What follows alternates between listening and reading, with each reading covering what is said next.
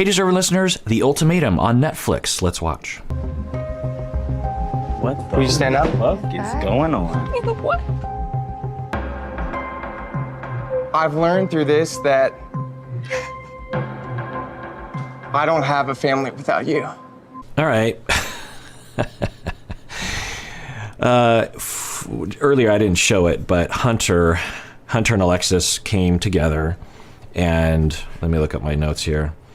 Alexis gave the ultimatum to Hunter and was saying a lot of things. Alexis was saying that Hunter isn't very type A. Let's see, if Hunter wasn't making money, I would walk away or something. I don't know. At least that's anyway. Point is that she was having some complaints about him. We didn't see obviously a comprehensive discussion around what Alexis' feelings were. And for Hunter, I think he was just saying he just wasn't ready or something. And they're at the final night before they choose who they're going to spend the next 3 weeks with, and Hunter had a change of heart or was not wanting Alexis to be with someone else or whatever, and proposes to Alexis. She accepts, and so Alexis and Hunter came together. They were going to split off, but now they're back together. Do they have to spend 3 weeks with someone else, or do they go home? And it was this romantic moment, and everyone was like, oh, it's so touching, and people were crying. And now Nate is going, Nate and Lauren came together, right?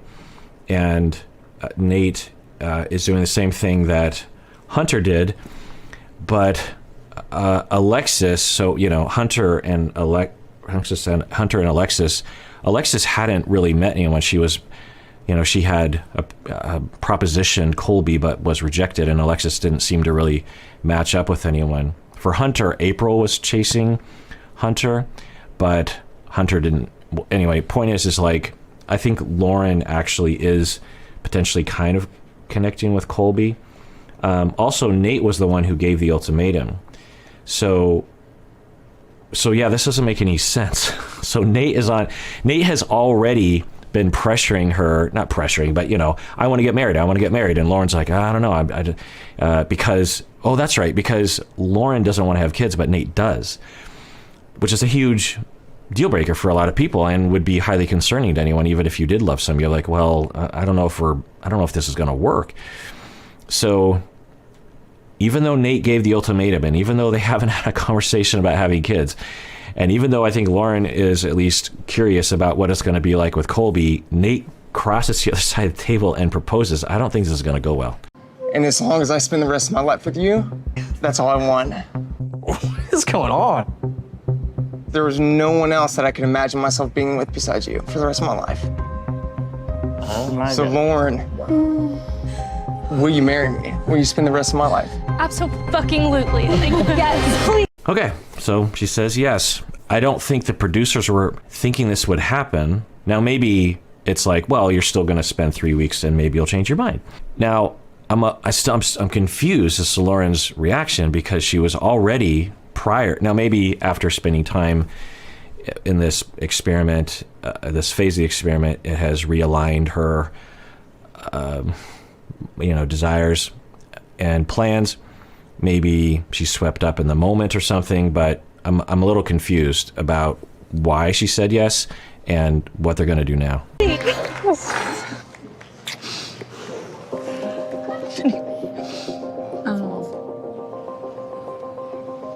Yeah, the producers and the hosts, I'm guessing this is not part of the gig. I mean, what if they let's just imagine all 6 couples profess their love for each other and they don't actually date anyone else, and they just wasted all their time and money. So, I don't know. I'm guessing what they're going to do is they're going to encourage them to spend 3 weeks with someone regardless, just to kind of make sure. And the married people will say, look, don't have sex with your person. Okay, all right, we have an agreement. And then, yeah, hijinks will ensue. Interesting. Very interesting. You guys don't agree on kids. You haven't worked that out. You told everyone on your dates that you want so many kids, not just one. If you didn't care, why even give an ultimatum? Yeah, I completely agree with Alexis. Now, people can change their mind. They can do what they want. They don't have to make sense to us necessarily. But I guess I'm curious as to what will happen moving forward. Congratulations. I'm so happy for you, and I cannot wait to experience what y'all just did. But I'm sitting here looking at you, and I don't see the excitement within you. And you came here with Yuck. So, yeah. Even if you thought that, why would you say it? Why would you announce that? And this is actually a pet peeve of mine. It doesn't happen very often, but when people do this to me, it's almost never correct, and it's often a projection or some kind of bias or some kind of desire. Now, sometimes, obviously, clients will do this to me. In fact, it's a whole part of the relational therapy style that I will encourage and ask the client to tell me what they think I'm thinking or what they think is going on in my heart towards them. And sometimes it's accurate, sometimes it's not. And it's important to have that alignment, have that congruency. And sometimes I'm not aware of what's going on in my heart. Countertransference is a thing. So, but when I've had a few moments, even in public situations like this, where at a staff meeting or something, someone just turns to me and says, "Ooh, you look like this." And it's like you're guilty until proven innocent, if that makes it, if someone says you're in a staff meeting and you're just sitting there, and it's often in those situations, I'm just sort of sitting there just being a board member of a meeting, and then all of a sudden it says, "Oh, Kirk, you look really upset about that." And everyone turns to you and you're thinking, "Wait, what?" And so now I'm in this position having to prove to everyone that I'm not upset, even though I don't even know what's happening. I can remember situations like that, or even in one-on-one situations where someone says "Oh, you look really tired right now," and you're thinking, "I do? What's going on? I don't feel tired." And there's a way. So if you observe that and you have a relationship with someone that you can say something like that, you obviously should probably be tentative about it and thoughtful about what you say. So for him, now I agree that the way that the Nate Lauren situation happened there, it felt, I don't know, it didn't feel, especially the way Nate kind of just nonchalantly went back to his chair and sat down. I would agree that it did seem, I don't know, okay, well, let's move on past the broccoli. But as an observer of that, even from this standpoint, I didn't think, well, Nate is faking it or something. It's just they're on television and it's a weird situation, and what are you supposed to do? And in fact, this is a bigger pet peeve of mine in our society, that we have this idea that there's supposed to be a particular way that you're supposed to theatricize your emotions such that other people will be satisfied. An example, I've done a lot of research on grief, and there are multiple examples, high profile examples, like the Chamberlain example in Australia with the dingo that actually did drag off and eat a baby. And she was vilified by the press because everyone, months later when she's walking to a courthouse or something, she wasn't crying. She was just walking from her car to the courtroom, and everyone was convinced that, oh, that woman, and of course no one's looking at the husband, only looking at the mom. And everyone's like, oh, and not everyone had this reaction, but a lot of people did. This is in the 70s, I believe. But you could see this happening today, that she didn't have, Lindy Chamberlain, that she didn't have what would seem to be a appropriate grief response in the fact that her baby died. And so not only that, which was silly because it's a month later, and grief has a lot of different responses, but not only that, but that meant that she killed the baby. Like, so, you know, and then she was convicted primarily based on that bias, and then later exonerated because other data came out that the baby was in fact eaten, dragged off by a dingo, tragically. There's still people today, 50 years later, that still hold tightly to the idea that Lindy Chamberlain killed her baby. And of course, you know, none of us were there, but the courts and overwhelming evidence is to the contrary. So, and maybe another more recent example was the woman from the Pacific Northwest who was in Italy, Amanda Knox, right? Foxy Noxy, as people were calling her in the newspapers, that right after her roommate was murdered, it's seen that her and her boyfriend were like kissing and stuff and consoling each other and crying. And it did look weird, you know, it did look like a weird response. But this idea that there's only one way you're supposed to exhibit your emotions after an event like that, and that if you don't exhibit it, it means you're the murderer. Like, in fact, there's another case where a father, so he was gone and his trailer home burned down and his kids died inside. And when he came back, he didn't have a strong emotional reaction when he found out, when the authorities told him, like, your kids are in there and they've died. He didn't have any kind of overt display of sadness, and thus that's what began the investigation. And they were sure that he killed his kids, that he burnt the kids alive in the house himself, and he was convicted and was found guilty and then later exonerated again because of this notion that there's this universal reaction. So for Nate, you know, we don't know what someone is going through on the inside based on the way that they look. It doesn't always equate to that. And contrary, if someone seems to be exhibiting the appropriate sort of visual display, we don't necessarily know what exactly is going on in their heart. So, having said all that, Colby seems to be falling into that trap. But also, I think Colby is motivated by the fact that, because what I thought he was going to say, and of course, why would people be this, I don't know, honest or direct or mature or differentiated? What I thought Colby was going to say would be, well, this kind of sucks because, you know, April and I came here, right? It was April. Madeline, her. And Madeline and I came here, and I was giving Madeline the ultimatum. She was not ready to marry me. And so I went on the show to see if maybe either one of us could meet someone else or could clarify the relationship. And I, upon meeting Lauren, had feelings for her, and I was developing that. I don't know what would have happened, but I was starting to have a connection with her.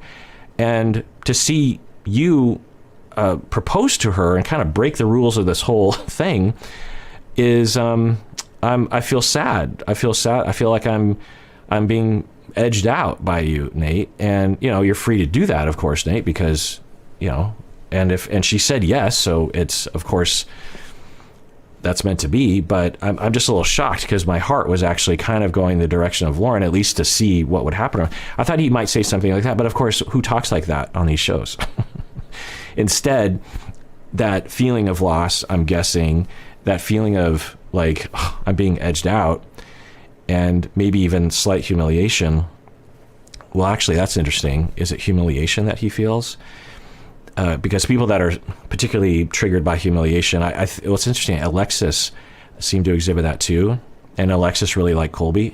So where at Alexis's susceptibility to humiliation trigger is much more obvious, whereas maybe Colby's is much more subtle. But anyway, so he goes on the attack with Nate and says, and so let's see what happens. You're the one having the ultimatum. Like, you were given the ultimatum. And we've gone 4 or 5 days, and now all of a sudden... Are you saying that her saying yes to me proposing to the love of my life is her being fake? Is that what you're saying right now? That After it was a 4 fake days? proposal? Let him finish. Was that what he was? Let's rewind that. What I thought Colby was saying was that, was he looking at her and saying that her reaction I thought he was looking at Nate. Maybe a lot of you were like, because I think a lot of you have watched the show prior to me doing this. You're like, no, he's not talking about Nate. He's talking about Lauren. And if he's talking about Lauren, like, wow. I mean, at least he's in competition with Nate, so it would make sense, kind of, I guess, that he would kind of go after Nate. But to go after Lauren, like, ouch. So let's rewind that. What's going on in your mind? I mean, don't get me wrong. Like, congratulations. That I'm so happy. Yeah, I hadn't figured out the configuration. So all the dudes are on one side and all that. So he's looking actually across to Lauren and saying it to Lauren. I mean, all that I said was, the same. It's worse than I thought to look at. Now, I guess if I were to reword what I imagine he might say to Lauren instead of this, it would be, well, because we all understand that the producers are there, either subtly or not so subtly, telling people, you got to say something. You're getting paid to be on the show, I think, or if you want to stay on the show, you got to create content. So you can't just sit there and say, now, maybe Colby absolutely just offered it up. But anyway, the point is that they're throwing to him, and he could have, I'm guessing, if I were Colby, I guess is the way I'd put it, is I would say, so, Lauren, I'm so happy for you, but I have to say I'm hurt because I was kind of looking forward to seeing how you and I fit together over the next 3 weeks. And in this, and I thought you and I had a connection, and all of a sudden, boom, because he comes over and proposes to you, which is great. And of course, you said yes, so I guess you've made your choice. But I just have to say I'm hurt. But, don't not get married to Nate because I'm hurt. I guess I just want to say I'm hurt and I'm bummed out, something like that. But that requires, one, knowing yourself.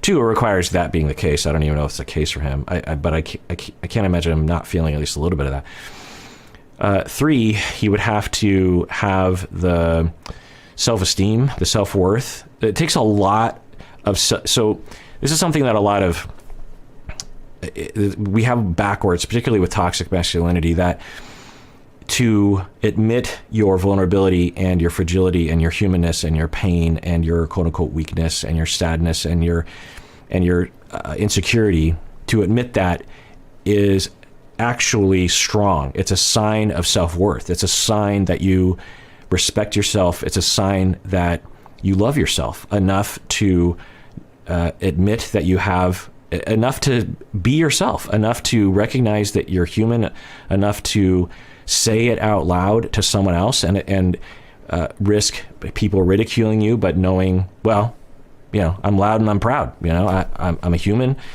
and I'm loud and I'm proud. So it takes a tremendous amount of self-worth to do that. And by, masculinity or toxic masculinity language makes you very strong because you're very brave, very courageous. Actually, not toxic. That's, it's very positive. Masculinity involves the strength and courage to admit one's weakness. So if you don't have that, then you will exhibit it'll all get kind of processed, all that fragility and vulnerability is happening, but you're defending against it, and you got to do something because it's got to come out some way, and it'll come out as hostility. Happy for you, and I cannot wait to experience what y'all just did.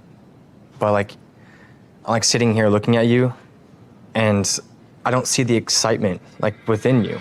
And you came here with you're the one having the ultimatum. You were given the ultimatum. So this is what people will call gaslighting on the internet. It's not gaslighting. I want to be clear. This is not gaslighting. Now, language changes, and maybe in 10 or 20 years, this will be gaslighting. But as it is today, gaslighting is a clinical term in my field. We utilize it in high control, coercive, ongoing abusive relationships in which someone either inadvertently or consciously or some combination of both goes on a campaign to erode the victim's ability to have confidence in their own judgment. So, for example, in an abusive relationship, the abusive person will abuse the victim, and then the victim the next day will say, I can't believe you hit me yesterday, and then the abusive person will say, I didn't hit you, or I only hit you because you hit me first. And then the victim is saying, I didn't hit you first. And he said, yes, you did. I even have a picture of it here. Well, I deleted it, but you did, and then you do this over and over and over again. And the effect is that the victim has very little power anyway, but has actually even lost power in their own mind. They're so dependent. It's like you're in a one-person cult. So that's gaslighting. What he is doing is probably distorting. And I did a whole deep dive on gaslighting. And it's important to have these words because, one, for those who have actually been gaslit and people who have identified themselves as being gaslit, because we've had that term in our field for decades, to hear people throw around that word, when people say, oh my God, I'm so OCD, or oh my God, I'm so ADHD, when you're not, when people actually suffer from these things, it's very demeaning. Just there are, tens of thousands of words in the English language. Choose a different word other than that clinical word that isn't actually accurate. So there are a lot of other words that we can be using in this situation. I will use what I would say in this, the label I would say is he's distorting. Now, there's a small possibility that he knows he's lying or coloring, because the way that we would look at this from the outside is to say he doesn't see the situation correctly based on his own bias, based on his own needs. He's trying to engineer a situation because he wants her, right? We understand that he wants to be with her. He doesn't want her to be with Nate. And so watching them, confess their love and wanting to get married, he loses. And so he wants to change her mind. And so in an effort, so that's the effort. That would be normal for Colby to have that impulse. Most people would just say, well, I'm not going to change your mind because, what am I going to do over here? But if you're insecure, if you're desperate, if there's issues there, then you're going to do something. And one of the things that you might do is you might actually try to convince someone, even though you know it's not true yourself. That's more in the direction of psychopathy and callousness and lack of empathy. More commonly, though, when people do this sort of thing, it's because they actually believe it to be true. So I don't know, but for Colby, I would suspect this is what's happening. Everything that happens on the show could be a complete lie. That could all be just acting, but we always just use this as an example to talk about. We could literally be watching a fictional TV show and still saying the same things. So for the person in Colby's position, he is like, he feels connected to her. And so to watch her right before, and up until this point, he probably hasn't seen Lauren and Nate being loving towards each other. So to Colby, it could feel like him and Lauren are made for each other. And of all the people there, he seemed the most, I think he even said love for Lauren. So he has a lot of, he feels feelings for her. And to watch her do that, it doesn't compute in his head because it's a cognitive dissonance, right? I love her, and I thought she might like me. She seemed like she liked me because I think if Nate hadn't proposed, I think Lauren and Colby were going to go off together and see if things were going to work out. So in his heart, he's like, we have a thing, and he just came over, and this can't be happening. It's denial, right? So if this isn't happening, then what's happening? Well, it must be that she faked it.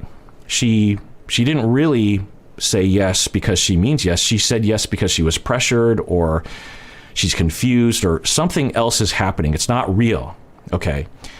And then from that foundation, you say, I am not seeing a genuine person right now. I'm seeing someone that is doing something that isn't real. You don't really want to marry him. You gave him, he was giving you the ultimatum, and you don't want kids with him. Alexis was saying that. I was saying that. But we wouldn't, in this moment, we wouldn't say that. But of course, we're not losing anything. Colby could, who knows, but he could potentially feel like him and Lauren are made for each other. He was kind of talking. So this could be even though it's a very short amount of time, this could be a pretty big loss for him. So So the word I would put to it is he has motivated reasoning to believe that she does not really mean yes when she said yes to Nate. It's motivated based on the fact that he doesn't want to lose her, and he doesn't want to believe that she is going to marry him and is into him, because he wants to believe she's into him, and that's a normal thing that people do. The behavior, though, is a little odd to say something like that, but it's not incredibly uncommon. It's not gaslighting, you understand? I'm guessing because for Lauren, I'm guessing she is ambivalent about this, because unless something drastically changed in terms of their kid talk and her feelings towards Nate, then why would she say yes in a situation like this? So there probably is some ambivalence there. So for him to say, maybe you're not as into it as you are appearing to be into it, is probably somewhat true. I don't know. But the piece of this is not gaslighting, and the true clinical gaslighting is that I don't think after this interaction, she's going to be like, whoa, I can't gauge reality, because that's what gaslighting does to you. You actually, when I treat people, victims of past gaslighting, that usually goes on for years, it takes me 10 years to help them get out of being gaslit, because the victimization in general in abusive relationship is so long lasting, the effects of it, and specifically the effect of gaslighting. The person literally does not believe they can gauge reality, that they can they don't have confidence in their ability to gauge what's happening, or their own needs, or their own rights, because it was like you're in a cult. It was just broken down systematically over time. Do we believe that she's on the road towards that? I mean, I don't think so. And we've gone 4 or 5 days, and now all of a sudden... Are you saying that her saying yes to me proposing to the love of my life is her being fake? Is that what you're saying right now? That After it was a 4 fake days? proposal? Let him finish. 4 days speaking. of... Yeah, so Nate is, I think, summarizing it pretty well. So it's like, are you calling her fake? And then he essentially agrees, Colby, saying 4 days? I think he's saying she changed her mind in 4 days to a yes from a no. That doesn't make a lot of sense to me. Now, if I were there, I'd be, Colby, just shut up. It's not your place. Like, if you want to talk about your feelings, which I'm guessing you're feeling rejected right now and edged out, you can talk about that, but you can't talk about someone else's mind. And so I will talk about differentiation a lot of times. And when you lack differentiation, you not only lack differentiation between your thoughts and your feelings, but you also lack differentiation between yourself and other people. That's the whole idea of differentiation. And you will confuse your thoughts for others. You will not have a firm grasp that other people even have other minds and other experiences. You confuse your own impulses with what everyone is feeling, including people that you want to be with you. And so I think for him, he's like, well, I don't want her to be with Nate, and I don't want to be with Nate, so she can't want to be with Nate. But how in the world would he possibly know what's in her heart and what's in her mind, right? And my impression was that Lauren and Nate actually had a pretty good relationship aside from the kid issue. So they seemed to get along really well. And we could imagine that with some time to think about things, and maybe even a little bit of interacting with some of the men that she's had, she's like, well, let's give it a shot. What? What made you ready for that? What changed? That's all I want to know. Well, first of all, we've been dating for 2.5 years. It hasn't been 4 days. We've been dating. I'm so sorry, just because I don't want the misunderstanding. I think what you're trying to say, and correct me if I'm wrong, is that you gave Lauren an ultimatum, Nate. So I'm a little annoyed that she interrupted, because Lauren was about to explain the whole, which is a pretty important thing, because Nate is being consistent. He gave the ultimatum. He's wanted to marry her. If Lauren had agreed to go down that road with Nate, they wouldn't even be on the show. So Nate is consistent. The change was Lauren. In the past 4 days, she has changed her mind from basically a no, a qualified no, to a yes. And so she was about to explain that. And then you interrupted her. Maybe we'll get back to her. After 4 days of being here, you're like, I'm ready. And so he's... So then can I talk? Then can I talk? And I wonder if the hosts are motivated by the fact that by these proposals, they're losing control of the format of the show and money is going down the tubes. So I don't know, but I would just have to imagine that the hosts are saying, couldn't you wait until the very end? Like that'd be great. In the, that's 3 weeks with someone else and then 3 weeks back with your original partner. And then you propose, could you just wait, 6 weeks? Cause that would be golden TV, but you're skipping ahead.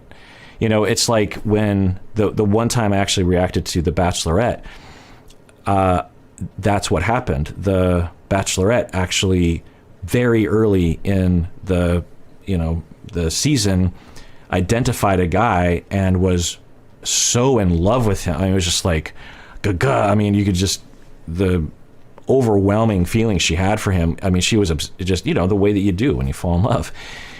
And she wasn't going to play the game.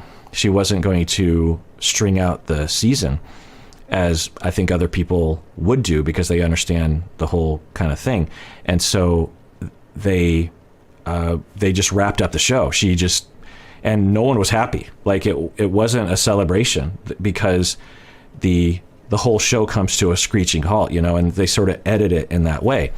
But if you think about it, the whole idea of The Bachelorette is that she meets someone and she met someone. It just was faster than the timeline of the TV show. The TV show has it's shot over a number of days or something. And somehow it was this huge bummer. Like, oh my God, what a disaster. And I get that from a TV production standpoint, but isn't that the reason why you're on the show? But of course it's not. The reason why you're on the show is you got to sell, ads. So you got to have enough, material.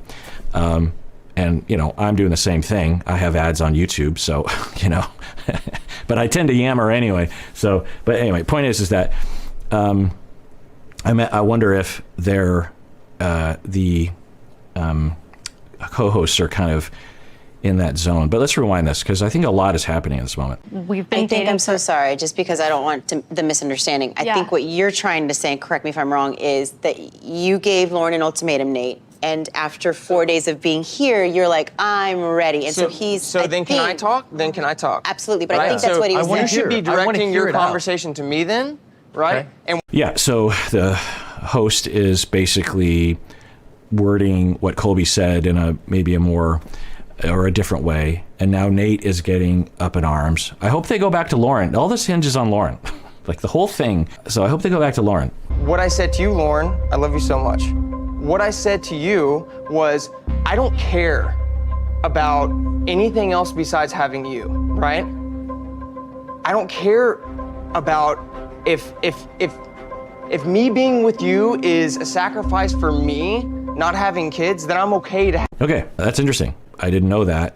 If that's what he was communicating and that's what she received, then that's all I need to hear. That it makes total sense if she received that. They might have even talked about it prior to this moment alone. We understand they're not always being filmed. So, okay, now it makes sense. All right, well, that does it for that episode. Everyone out there, please take care of yourself because you deserve it. You really, really do.